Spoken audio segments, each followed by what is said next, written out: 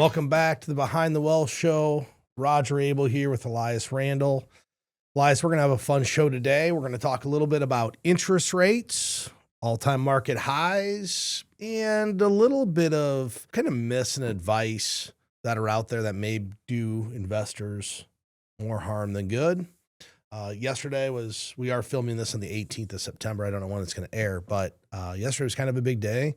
We continued the rate cutting cycle. The Federal Reserve cut rates a quarter point. And I think most people out there are wondering how this actually affects them. And we're going to go through the ways that this has a positive effect on you and maybe some of the negative impacts it might have as well. But what were your thoughts about the Fed cutting a quarter point yesterday? I know there was a little bit of question about maybe doing a half a point, but we went a quarter point, which is a move in the right direction. What are your thoughts? I think it was at least expected, right? Like the quarter point decrease was expected, and there was some speculation it might be half a point cut. So I think it's kind of, there's a lot of people out there that are feeling it's probably about time. So hopefully it's signaling a shift that we're going to start prioritizing growth in our economy over inflation to get things back going the way people would like. I think there's people out there that would like to be either they're looking for a job and would like to get a job. I know there's a lot of people working less hours. So if you're someone that likes to work overtime and haven't been able to, and that's a big piece of your life, probably be nice to get some of that back. And, I was a little, I thought there might be more of a reaction maybe in the market, but then I also was kind of feeling like some of that's probably already priced in, right? Because the market's forward looking and it didn't rally as much as we've seen on other probably cuts that have happened, especially last year with the half a point cut last fall. I think there was a pretty good rally right after, if I remember correctly. I can tell you why that. Here's why I believe that is. I listened to all of the Fed minutes yesterday.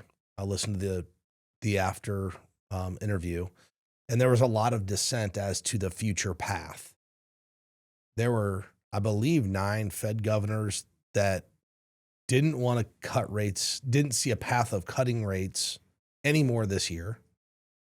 One, Myron, Fed governor, said 5 more rate cuts this year. And then there was another handful that said 2. So what you had was a lot of mixed market signals as to the future of rate cuts, like what the path looks like. If everybody on that panel would have said, yeah, we see 3 more rate cuts, and it was unanimous, but it was almost split down the middle of whether we should do more or do a lot. So I think that is actually one thing that really drove it. But I think more importantly is, the quarter point rate cut, what does it do for people? From a pure financial standpoint, it's not massively increasing. It's not massively making your debt situation better. Think about it. It went down 0.25%. So just some quick numbers. I went and ran. That would take credit cards down to 20.12%. It went down a quarter point. So from 20.5. It's not meaningful. Like it's not really changing your overall outlook. But here's what I think it does for people, Elias. I think subconsciously it gives them more confidence because, interest rates are lower. It's just a psychological barrier people have. And I think this has happened with the housing market, most importantly. Here's what's ironic about it. We're filming this, market open the day after these rate cuts. The 10-year Treasury, which is what prices mortgage rates for the most part, is actually higher in yield today, 4.12. It was 4.04 going into it. So it's higher in yield because there's a lot of mixed signals right now in the market. There's actually jobless claims was the lowest in 4 years. So not many people said, hey, I need a job. It's just looking better. So there's just a lot of confusion out there. There are some places though, people will see a reasonable drop. If you have a credit card that's at 20.5%, like you're already in trouble. A quarter point's not bailing you out. But if you have a home equity line of credit, those rates are going to come down.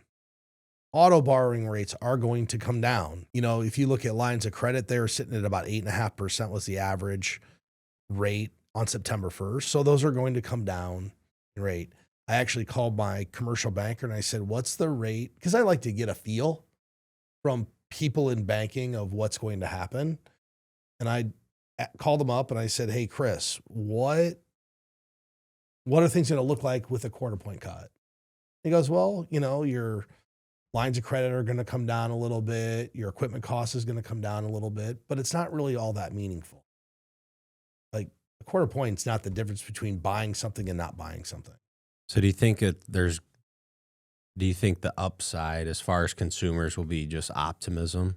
And the reason I ask was a friend of mine that he flips homes and then builds spec houses to sell to people. And that's his outlook as well. It'll make people more optimistic about the real estate market. And I think that's probably true. And I'm sure one of the big selling points now is going to be, it's something I've heard a few times, but date the rate, marry the house, right? Kind of implying that, well, you can take this rate, but as rates go down, you can refinance. So I think it could bring more optimistic outlook for consumers.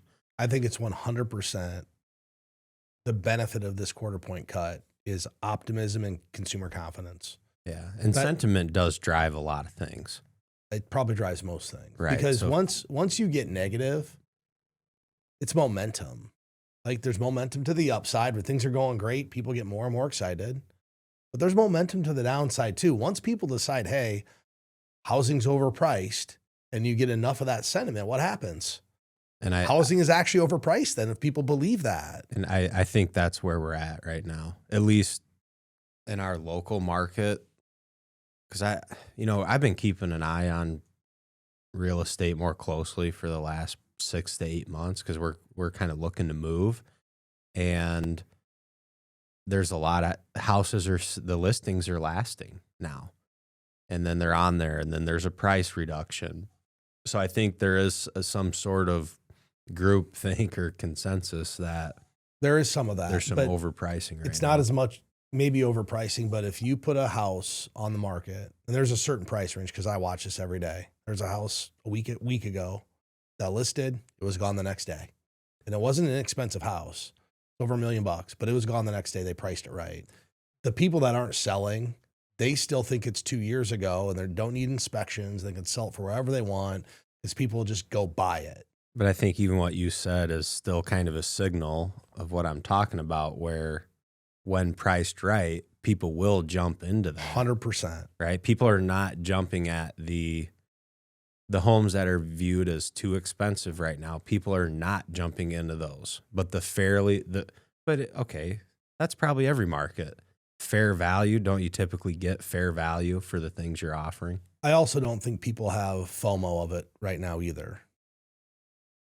Meaning, hey, missing out. Like they're like, hey, the house has been for sale for 90 days or 120 days. Not missing out. There's nothing I've seen that I have any sort of FOMO over. And there's a few houses out there that I know that we would like living there.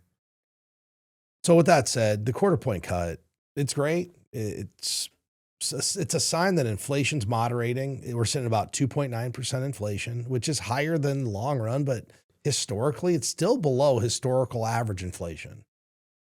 And I think you brought up on one of our last shows that the target inflation, it's not really, it's what has worked, but there's really nothing that says that that's what inflation has to be. It's a made up number.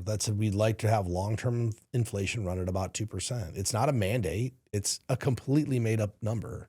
There would be nothing wrong with running at 2.9% for 5 to 8 years and not sacrificing growth at the same time. And I think, here's what I think the biggest issue is. The biggest issue is, we haven't seen inflation for the better part of 20 years up until the last 2 or 3. So people just aren't used to it. And wages haven't kept up as much as inflation over those 2 to 4 year time period. And a lot of people overextended themselves during the cheap money era. That's just a fact. They had second homes and we're going to do a VRBO and those aren't working out. There's a lot of people who overextended on credit at cheap rates, which it paid off for them from an appreciation standpoint. But now they're going, man, we can't afford the other things in life that have went up. Okay. Interestingly enough, yesterday, I don't know if you saw this, not part of this outline, Bank of America raised their minimum wage for all workers. Do you know what the minimum is now raised to for Bank of America workers? I did not see that yet. $25 an hour. Good for them. Yeah. I mean, $25 an hour is arguably today a livable wage. You can live on that. It's hard to live on a lot less than that amount of money. And working roughly 40 hours a week, your income's going to be a year, right around 50,000 50,000 for the year. So, and that's with what things cost. That's probably a good start. That's probably what it should be. Have you been getting this recently? Because we've had several people email the show, and the number one question surrounding people, vast majority of the questions we get emailed to us, the markets have been high lately. Is it too late to jump in? I mean, this happens every cycle, right? Every single cycle, people feel like the market's at an all-time high. Do I buy? This stock is an all-time high. Do I buy or do I wait for a pullback? And coincidentally enough, we actually created a guide called How to Invest at All-Time Market Highs. So if you want that guide, you can go to premieriwm.com and you can go download that guide, or I'm sure we'll have it in the link in the description in these videos. But Elias, I'm going to tee it up for you. I'll let you give me your thoughts on this. And I think everybody that downloads this guide will know what our thoughts are on this. But fire. Are you saying my thoughts on fire, or just fire away with my thoughts on what we're talking about? Fire away with your thoughts on what we're talking about. So a couple things. I actually received, which every day we get, our back office sends out like high level overview of their research department and the things that they're thinking and their outlook. So here's what I'll say about investing at all-time highs with rate cutting being factored in there. So stocks have historically delivered strong returns in the second year of a cycle, and we are at the beginning of the second year of a rate cutting cycle. So a couple interesting things. The average gain in year 2 of past cycles is 16.4% with a median of 14.4. So I think there are good reasons to be optimistic. And as we prioritize growth, if that continues to happen, people are going to want to participate in that. And I do understand, well, market's high. I don't know if I should jump in. We also have another chart. Looks like it's from Hartford Funds. But it talks about new all-time highs and then returns 1 year later. So just recently, 2024, we had an all-time high. 1 year later, the return was 23.85%. In 2016, had an all-time high. 1 year later, the return was 13.5%. 2013, same thing, 18.4%. But here's the point. Looking at this, average 1 year gain after an all-time high over these time periods on this Hartford chart, 14.5%. So let me talk about things that occur once every 76 years, Halley's Comet returns. Once every 2 years, the Olympics are held. Every 19 days, on average, the stock market hits an all-time high. So here's what's so ironic about this. It's so wild. People see stock market all-time highs as a flaw of the stock market. It is not a flaw of the stock market. It's a feature, and it's a good one. I like that. It is a feature of the market. Here's the other thing I'll add to that as far as just a mentality and a way to think about investing. In addition to it's a feature of the market, not a flaw. As you just mentioned, on average, every 19 days. All-time high is a persistent number. It has always persisted throughout time. So to think that, this is it, this is as high as it can go, that's really that's flawed thinking, because that number has been persistent. And we talk about just momentum and outlook and all these things. As things get better, more people will want to participate. right? So that will continue to drive the demand for stocks. Young people, we know young people and the younger generations are investing more than older generations. So it's really hard to make an argument that the demand for stocks is going to go down. Now, that doesn't mean we can't have corrections, and it doesn't mean we can't have bear markets. I know for me personally, I was fairly bearish for maybe almost 2 years, but I'm bullish now. That's the way I'm feeling about everything. So there's another factor working to even, maybe add more fuel to this fire. Not only are we at all-time highs, but we are in an easing monetary policy cycle. And if you think back to all of the stuff and research we've done leading up to elections, people always ask, does the president matter? And our response is monetary policy matters more than the president. Well, when you have a tightening monetary policy where interest rates are going up, we're injecting less cash into the system, stocks typically do worse. Well, in easing monetary cycle policies, typically stocks do better. That's what we're seeing. When we cut interest rates, we are easing monetary policy. So not only is there confidence that the market's going, because there's a lot of signs out there that would say that on the technicals, the market may be overbought. I've seen that a lot from a lot of the research that's been out there. But people need to realize the market's not rational. It can operate in an irrational manner for a very long period of time. And then it might become totally rational. Well, especially when you have monetary easing happening. That's what we're doing when we lower interest rates. And really, the viewpoint to make the market look rational is you have to take a longer time horizon view of it, right? Looking to your point, looking at the market in shorter time periods, because it's still at the end of the day, it's priced daily on supply and demand, right? Which can lead to being irrational. But you look at the market over 10 to 50-year periods, you expand out the horizon, what has it done? It's continually gone higher, which is it's not irrational for the market to go higher over long periods of time. The companies are better than they were 50 years ago. They're run more efficiently for a lot of reasons. Technology, they're better at the industries they're in. They're better at making money. Credit's still cheaper historically than it typically has been. So there's a lot of, in my mind, there's a lot of very positive things going on. Well, I think it comes down to, there's a lot of financial advice out there. It's hard to eliminate the noise and get to what's good advice and what's not. It actually leads me into our last listener question of the day. And the question is, I've heard so much retirement advice. Is there any advice out there that you think does more harm than good? So what we did is we came up with basically 10 ideas that we believe offer more harm than good when you get the advice, and some of the myths that are out there. You want me to start with the first one? Hammer away. First myth, and this is a pretty broad sweeping one, that only wealthy people invest. Here's why that's a myth. Many people have invested in the stock market through their company-sponsored plan, individual accounts, whatever it may be, to build wealth. And there's not that many. Now, are there mechanisms to build much greater wealth? Yeah, if you own your own business.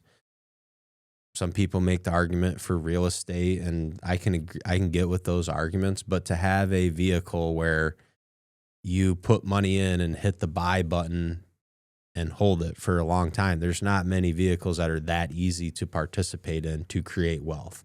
So it's not something that you become wealthy and then you participate in. It's also a great vehicle to build your own wealth. I'm going to add on to that. I also think people believe that wealthy individuals invest differently than they do, and that's not true. I'm going to give you 2 examples. One, wealthy individuals put money away on a regular and consistent basis, just like the person in the 401k does. The only difference is it's a larger sum of money. I have a lot of wealthy individuals. They're still investing every single month or every other week or every week. And it's an automatic ACH from their bank account going into their account. They're doing it exactly the same way everybody else does it. And for the most part, they are buying the same investments that you're buying or similar investments. So it's not different. I think the second myth that a lot of people believe is true is that timing's everything. There's only one timing that matters: when you start. That's it. When you buy, doesn't matter. Over the long period of time, it'll all work out. The timing that matters most to people is when you decide to start investing on a regular and consistent basis. I've never, personally, I've never been a market timer. That's not something I seek to do as an investor. And to be totally honest, even people I know that have told me they are good market timers, No, they're not. I don't believe them. I don't believe them. If it was one, if you could consistently do it, that's what everyone would do. And Elias, it would be easy to do. The odds of consistently timing the market is 0.0 with 213 zeros before the next real number. It's statistically impossible. You can't time the market. Third, cash is king. Well, cash is only king in the short term. Cash is trash over a long period of time. I'm going to give you a really easy example. This is how you break it down. Somebody put $1,000 in the safe in 1970. It's worth $1,000. It's still worth $1,000. That's true. It's still worth the same amount of money. But from a pure spending point, how much is it really worth? $1,000 in 1970 was a lot of money. Gosh, how much stuff could you buy back then with $1,000? Okay. You could have bought a share of a very popular company. A very popular company. For $1,000. I can't mention it. Right. Today, it would be worth over $700,000. And I know it wasn't even $1,000 then. So just broad numbers. That's the opportunity cost. That's what people don't realize about cash. They see it as safe. There's opportunity cost of what you could have done with the money or how it could have been invested. I had somebody was super disappointed. I saw this Facebook post from a family member of mine. It's disappointing what we're going to do with interest rates. It really hurts the saver. Well, if your money is in a bank or a CD, do you understand that is designed to basically almost keep pace with inflation, but not really? Think about it. How does the bank price the interest rate they pay to people off of what they can earn on a safe rate? Plus they have to make a profit. You don't say. The bank has to be profitable. What you're earning at the bank is basically maybe covering inflation. So cash is only really great for emergency funds, short-term funding goals. If you've had cash for 5 years, think of what you've missed out on. It is massive what you've missed out on.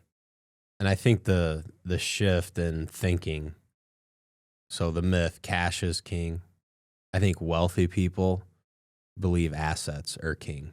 Owning assets is what's going to make the difference in your life. When people start making purchases and utilizing their money and asking themselves, does this increase my net worth in a positive or negative direction? That's when people have actually reached financial maturity. When you sit down, you're going to buy something, and the question, you consciously ask your question, doesn't mean everything you buy has to increase your net worth. But when you start asking yourself that question, what is the impact to my net worth over a long period of time when I buy this, or if I do this with this money? That's financial maturity. Doesn't mean you can't buy toys and that stuff, but you need to ask yourself the question, what's it do? And is it ultra harmful, or can I absorb this loss? Yeah, and wealthy. I didn't start doing it until I was like 38. Seriously. And up until that point, it's just like, man, getting by, saving a little for retirement. But then all of a sudden you get a little closer to retirement. Not that I'm close, but you're like, whoa, I've already worked like 20 years. Yeah, maybe I should pay attention while I'm buying. Yeah, and that's a good, when you say financial maturity, that's a good way to think of it. It is more mature to think in terms of And it's not bad to think, okay, I'm getting by, I'm saving a little bit. But as you kind of take the steps through your wealth building journey, that's really where you should get. I mean, I have young investors that, hey, what's the next step for me? And for some people, the next step is to maybe diversify, maybe buy some real estate, do something else. But they've already accomplished a lot of the basics.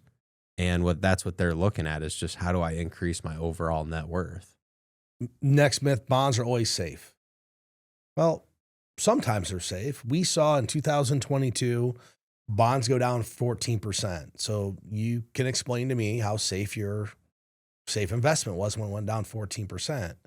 And if your bond portfolio went down 14% in 2022, you did nothing, which is likely what most people did, and it's probably the appropriate thing to do, right? You probably still haven't got your money back. Probably not. I'm assuming you're still down on that. Well, yeah, I mean, so that was 2022. Say you're clipping a 4% yield, which would be pretty good. You were locked into that going into 2022. So you're 4, 12. You might just be getting back to even right now because you might have got a little bit of price appreciation rate. Interest rates have come down a little bit since 2022. So you get some price appreciation, but bonds aren't always safe. Now, all bonds are built differently. Obviously, short-term U.S. treasuries are safer than high-yield corporate bonds, but just don't believe they're safe. And they're not just safe from a volatility standpoint. It's also opportunity cost standpoint. Why do you own bonds in a portfolio? Income. So if you're not taking income, why do you own bonds in your portfolio? And are there alternative strategies that you can take to protect your portfolio and get better growth potential? And I will tell you, they do exist out there. The answer to that question is because they feel safe. Well, bonds feel safe if you're not taking into consideration your opportunity cost and your long-term growth as an investor. I agree with that. Bonds do feel safe. Next myth, stock market's like gambling. And here's what I'm going to tell people. If you're buying individual stocks, that is more akin to gambling than buying a diverse basket of stocks, either in a mutual fund or an exchange traded fund. Because if you buy a mutual fund or exchange traded fund, barring it being some really niche-y part of the market, remember MLP funds about a decade ago? Yeah, those got crunched. But if you're buying normal investments, large capitalized stock market type investments, and you can hold them for the long term, that's not gambling. That's long-term investing. But if you're taking the stock pick from your buddy who's painting houses, that is 100% gambling. If someone's buying a stock and they haven't sat down and looked at the company's earnings at a bare minimum, listen to an investor call. Why are they buying that stock? If you're buying a stock and you've never looked at any of the financials, that's gambling. That's the definition of it. I'm buying something I have no idea what it is. I think productive investment strategies prioritize time, patience, and then owning growing assets, or in this case, owning companies that are going to grow their revenue over time. And when you're buying the bigger, like the large cap equities in the S&P 500, here's really what you're buying. You're buying very successful companies, or else they wouldn't be in that category of company unless they have already grown to a certain size already, so that they're proven to be able to grow their money and continue to be competitive businesses in the market. It leads to the next myth. If the market is down, investors lose money. And that's not true. Investors only lose money when they sell. That's it. So if you sold in April because you got really scared and you didn't get back in the market, you lost money. And this goes back to market timing. Investors don't try to time the market. So what does it mean if the market's down? What does that mean for investors? So I have a portfolio of stocks, it's down. What does that mean for me?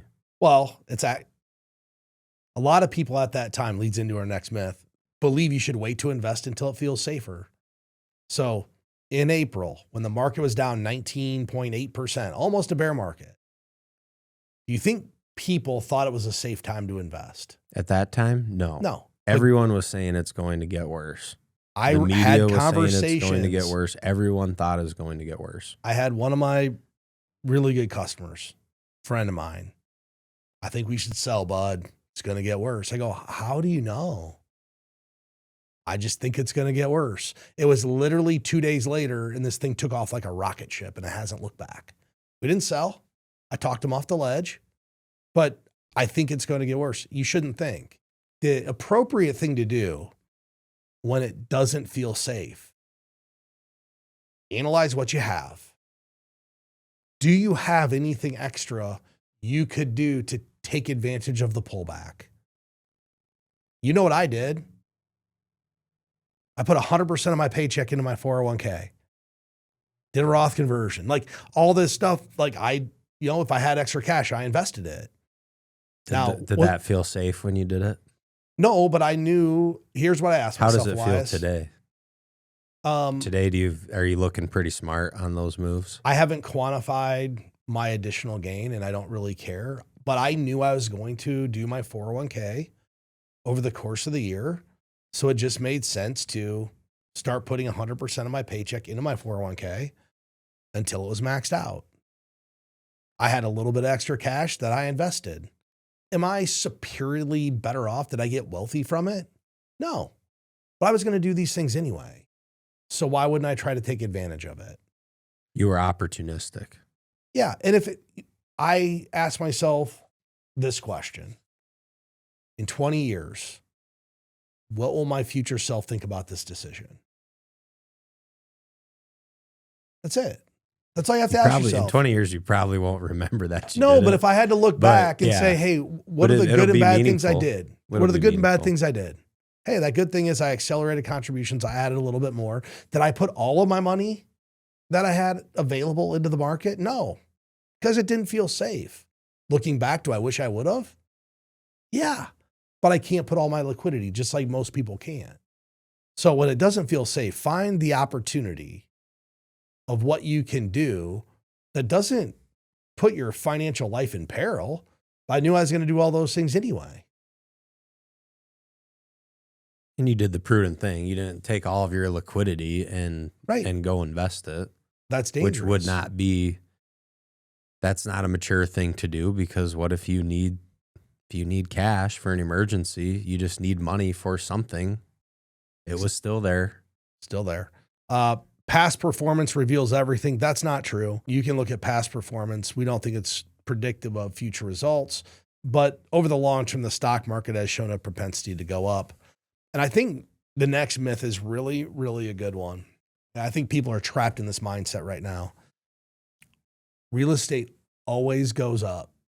So I'm going to set this up. I'll let you talk about houses, but I follow the land market because I'm interested in that. I actually read a book on the farm crisis in Iowa back in the 80s and how, land prices went down 61% in a 3-year period of time. 61%. Now, leading up to that in the 70s, we had something called stagflation, which actually kind of got me into this. I don't know if you remember Kathy Wood, who runs ARK Investments, a couple years ago, believed that we were going to see stagflation, which is slowing growth and inflation. And it's kind of at a point where we are now. So I went back and said, hey, when was the last time we really saw stagflation? It was in the 70s. During that time, Iowa farmland went from $471. It averaged 16% for a decade. For a decade, it averaged 16%. And then it went down 20%, 20%, and about 30, 61% in 3 years. Today, every single podcast I watch out there, every podcast on land never goes down. Land never goes down. It's always going to go up. One guy who was on the podcast is like, well, I'd rather buy land than a stock market investment 'cause it's returned more. That's not accurate. It hasn't returned more. But people believe real estate never goes down. Over the long term, it doesn't, but in the short term, it does It go can, down. Well, why do you yes. think people believe that land has done better than the market over time? What do you think leads to that? It's a different type of investment. So arguably, there's a hedge fund guy who wrote a book on it. And what you have to look at too is the volatility of the price movements, way less volatile. For the most part, So it's a lot. that's probably the psychological Right. thing. So I think if happening you that- started to map out, if you just look at pure returns, it hasn't done better. But if you start to look at volatility adjusted returns, it's probably pretty good. But people also, what do people do in life? They create their own narrative. Oh, I own this land that I get to use it and enjoy it and have my family. So there's some other lifestyle benefit attached to it. And some people, people who started buying land in 1985, yeah, they've killed it. They made a ton of money. I think there's also an aspect of, even if prices went down, it's still yours. It's more tangible. Prices did go down in 2012, 13, 14. About 20%. But the difference is, here's the beauty of that as an investment. It's not liquid. You can't just go hit the panic button. That brings stability. It is harder to sell. That brings stability to the price, the overall price, because you can't just go punch the panic button. Which would lend to it being a less volatile 100% asset. less volatile. It's harder to sell. Yeah. And it's tangible. And it's more tangible too. It's something, you own, okay, let's say I own 500 acres of land somewhere and the price goes down 50%. I can still go stand on it.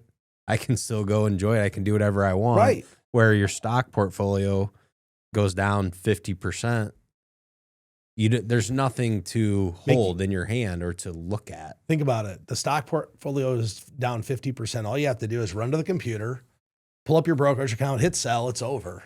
I'm out, yeah. If your land's down 50%, you're going to go walk on it and say, man, do I really want to give this up? I know the value's down. I'd have to call a realtor, do an auction, do all this work, and nothing happens. So that brings stability to the price. And I'm not saying that land is not a good investment. I'm breaking the myth that real estate always goes up in value. Over time, it will go up in value.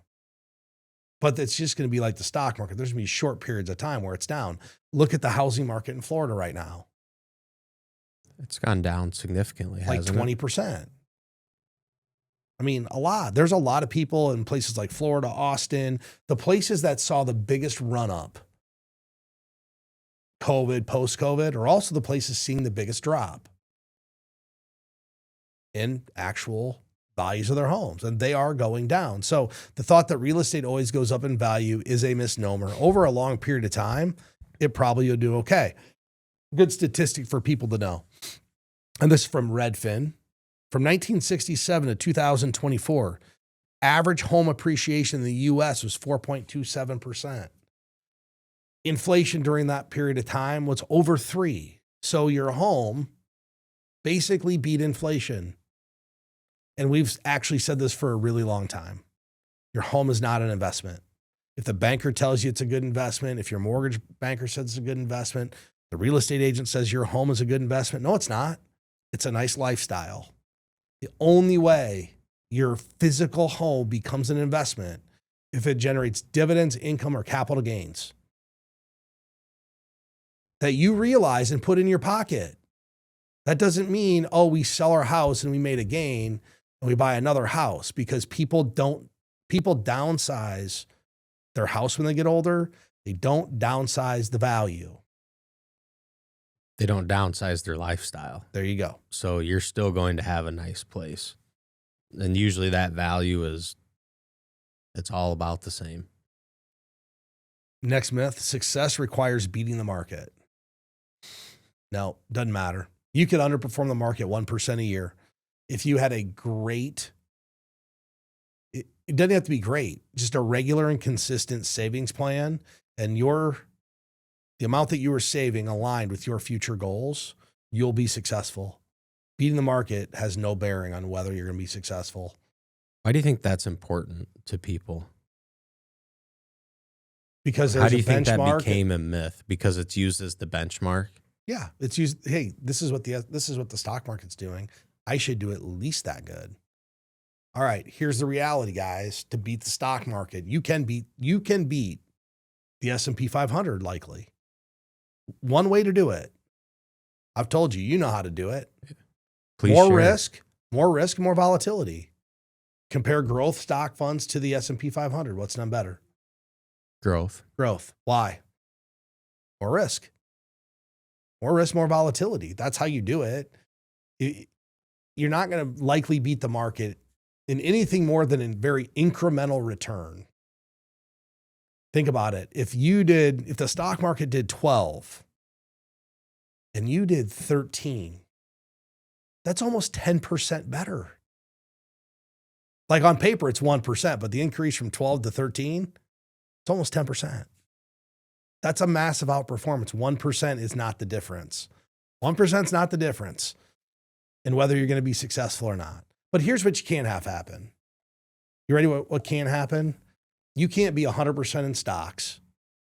Stock market does 10 and you average 3. That's not good. That's not good. And that's detrimental. And that's being heavily allocated to niche parts of the market or really high fee type investments. You're not being rewarded for the risk you're taking. But your success has nothing to do with beating the market. You can't massively underperform, but you don't have to beat it.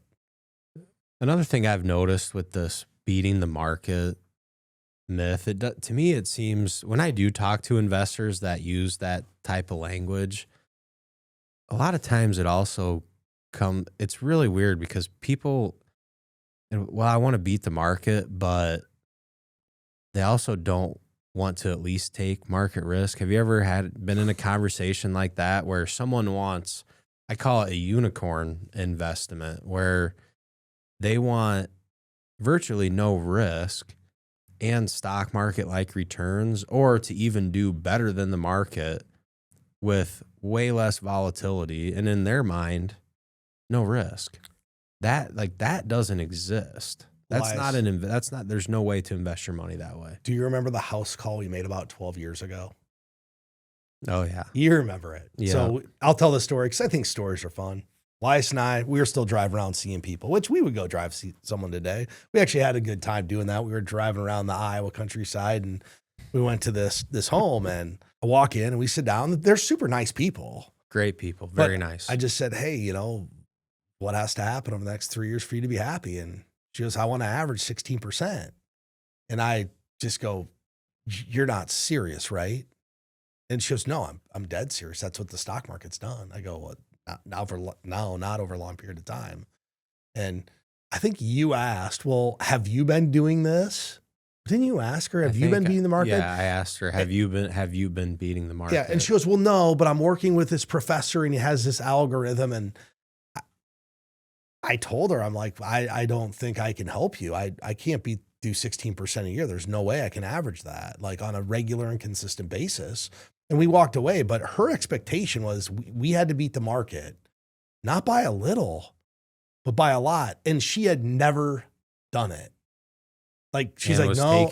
Was taking advice from, I'm assuming, a finance professor who had some algorithm that probably, you know what's ironic that about she was friends with. But here's the difference. And I'm not knocking, I'm sure that person's done well, smart person. A professor teaching young people finance at a college is much different than what we do. They've never sat across the table from someone and been responsible for their life savings. They're teaching things and theory and a lot of stuff that sounds great.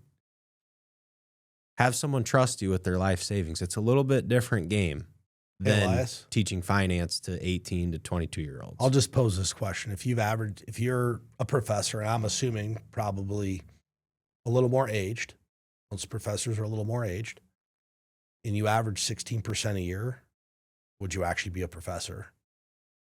You're doubling your money every 5 years. Every 4.5, you're doubling your money. You're not going to be a professor. Hopefully not for long. You're going to teach it. Why would you teach someone else how to do it? Wouldn't you just keep that little secret to yourself? Because as more people know how to do it, what happens to the pie? It shrinks. And then I think here's the bottom line. Being happy in retiring, it's not really all about the money, right? You have to get there, but the happiest retirees have set forth a great game plan for how they're going to live their life and then how the actual dollars match up with that. And I know and I'm going to reverse a little bit. We were talking about beating the market. Here's how I know it's not that important. Can't massively underperform. I have clients who over time have bought individual stocks on their own. Most of them who own individual stocks have not outperformed the market. They haven't. They won't tell you what they've done, but they haven't. Do they have more money than they would have if they would not have bought those stocks? 100%. But they didn't outperform the market. Yeah, we've even had clients say, I'm going to start doing my own trading and track it against what you guys are doing. Oh, we've even had that. I had a client, a couple years ago. Hey, I think I can do better than you guys. I said, maybe you can. So he's stock picking, and it was just a friendly, steak dinner. Yeah. Whoever did better had to buy steak dinner. So the amount of money doesn't matter. He had his money. He was actually investing, and I had a fictitious number I was investing. And the thing was, every time he put more money in, I got to put more money into my fictitious investment too. So he's buying all these high-flying stocks and stuff, and guess what I bought? I don't remember. S&P 500. That was my fictitious. He goes, you're not going to buy anything different? I'm like, nah. 12 months goes by. He beat me. I'm like, that's great. You won. We did another year. 8 months in, he's not trading stocks with his own money anymore. Because here's what happened. He had a couple losers. He didn't want to sell his losers, and they never came back. Wouldn't get out of them. Wouldn't get out of them. That's a trader's dilemma. A lot of traders make that mistake. Yeah, you have to be willing to take your losses and reinvest the dollars to try to get it back, which is why most people can't beat the market trading. So with that said, I hope everybody enjoyed the show today. If you're looking for any help with your finances or investing, or if you just want to go download our guide as to how to invest when the market is at all-time highs, go to premieriwm.com to get that free guide. If you enjoy the content, do us a favor, like and subscribe to the channel. We can get you normalized content just like this. I want to thank everybody for listening today. Securities and advisory services offered through LPL Financial, a registered investment advisor, member FINRA SIPC. The opinions voiced in this show are for general information purposes only and are not intended to provide specific advice or recommendations for any individual. To determine which investments may be appropriate for you, consult with your attorney, accountant, and financial or tax advisor prior to investing. Premier Investments and Wealth Management and LPL Financial do not provide tax advice. Please consult your tax professional. Economic forecasts set forth may not develop as predicted, and there can be no guarantee that strategies promoted will be successful. There's no guarantee that a diversified portfolio will enhance overall returns or outperform a non-diversified portfolio. Diversification does not protect against market risk. Rebalancing a portfolio may cause investors to incur tax liabilities and/or transaction costs, and does not assure a profit or protect against loss. All performance referenced is historical and is not a guarantee of future results. All indices are unmanaged and cannot be invested into directly. There is no assurance that the techniques and strategies discussed are suitable for all investors or will yield positive outcomes. The purchase of certain securities may be required to affect some of the strategies. Investing involves risks, including possible loss of principal. Rebalancing a portfolio may cause investors to incur tax liabilities and/or transaction costs, and does not assure a profit or protect against loss. Dollar cost averaging involves continuous investment in securities regardless of fluctuations in price levels. Investors should consider their ability to continue purchasing through periods of low price levels. Such a plan does not assure a profit and does not protect against loss in declining markets. Consult your tax professional about eligibility to Roth and traditional IRA contributions. Contributions and earnings in a Roth IRA can be withdrawn without paying taxes and penalties if the account owner is at least 59.5 and has held their Roth IRA for at least 5 years. A plan participant leaving an employer typically has 4 options and may engage in a combination of these options, each choice offering advantages and disadvantages. Those options include leave the money in their former employer's plan if permitted, roll over the assets to their new employer's plan if one is available and rollovers are permitted, roll over to an IRA, or cash out the account value.